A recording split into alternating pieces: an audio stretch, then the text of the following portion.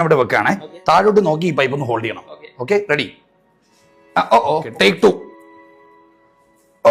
Take 3, last chance ആണേ. Okay, വിരൽ നീട്ട്.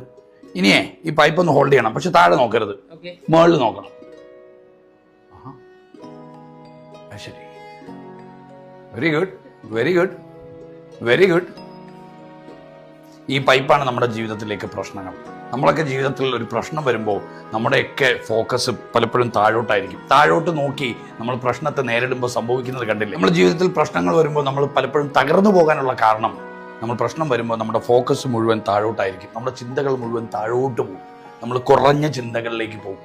കുറഞ്ഞ ചിന്തകൾ താഴോട്ട് ചിന്തിക്കുമ്പോൾ എന്ത് സംഭവിക്കുകയെന്ന് ചോദിച്ചാൽ ജീവിതം തകർന്നു പോകും, കയ്യിൽ നിന്ന് പോകും. പ്രശ്നങ്ങളെ നമ്മുടെ കയ്യിൽ നിന്ന് പോകും, ജീവിതവും കയ്യിൽ നിന്ന് പോകും. നേരെ മറിച്ച് ഇജാസിന്റെ ഫോക്കസ് മാറ്റിയപ്പോൾ, താഴേക്ക് നോക്കുന്നതിന് പകരം മുകളിലേക്ക് നോക്കിയപ്പോൾ ആ പ്രശ്നങ്ങളെ ഹോൾഡ് ചെയ്യാൻ പറ്റി, പിടിച്ചു നിൽക്കാൻ പറ്റി. നോക്കൂ, ഇത്രേ ഉള്ളൂ ലൈഫ്. ഫോക്കസ് ചേഞ്ച് ആകുമ്പോൾ കൺട്രോൾ നമ്മുടെ കയ്യിൽ കിട്ടും. ഫോക്കസ് മാറിയാൽ കൺട്രോൾ മാറും. താഴോട്ട് ഫോക്കസ് ചെയ്തപ്പോൾ കൺട്രോൾ പോയി, മുകളിലോട്ട് ഫോക്കസ് ചെയ്തപ്പോൾ കൺട്രോൾ കിട്ടി. നോക്കൂ, ജീവിതത്തിൽ പ്രശ്നങ്ങൾ വരുമ്പോൾ നമ്മുടെ ഫോക്കസും നമ്മുടെ ചിന്തയും താഴോട്ട് പോകാതെ നമ്മുടെ ഫോക്കസും ചിന്തയും മുകളിലോട്ട് പോകണം.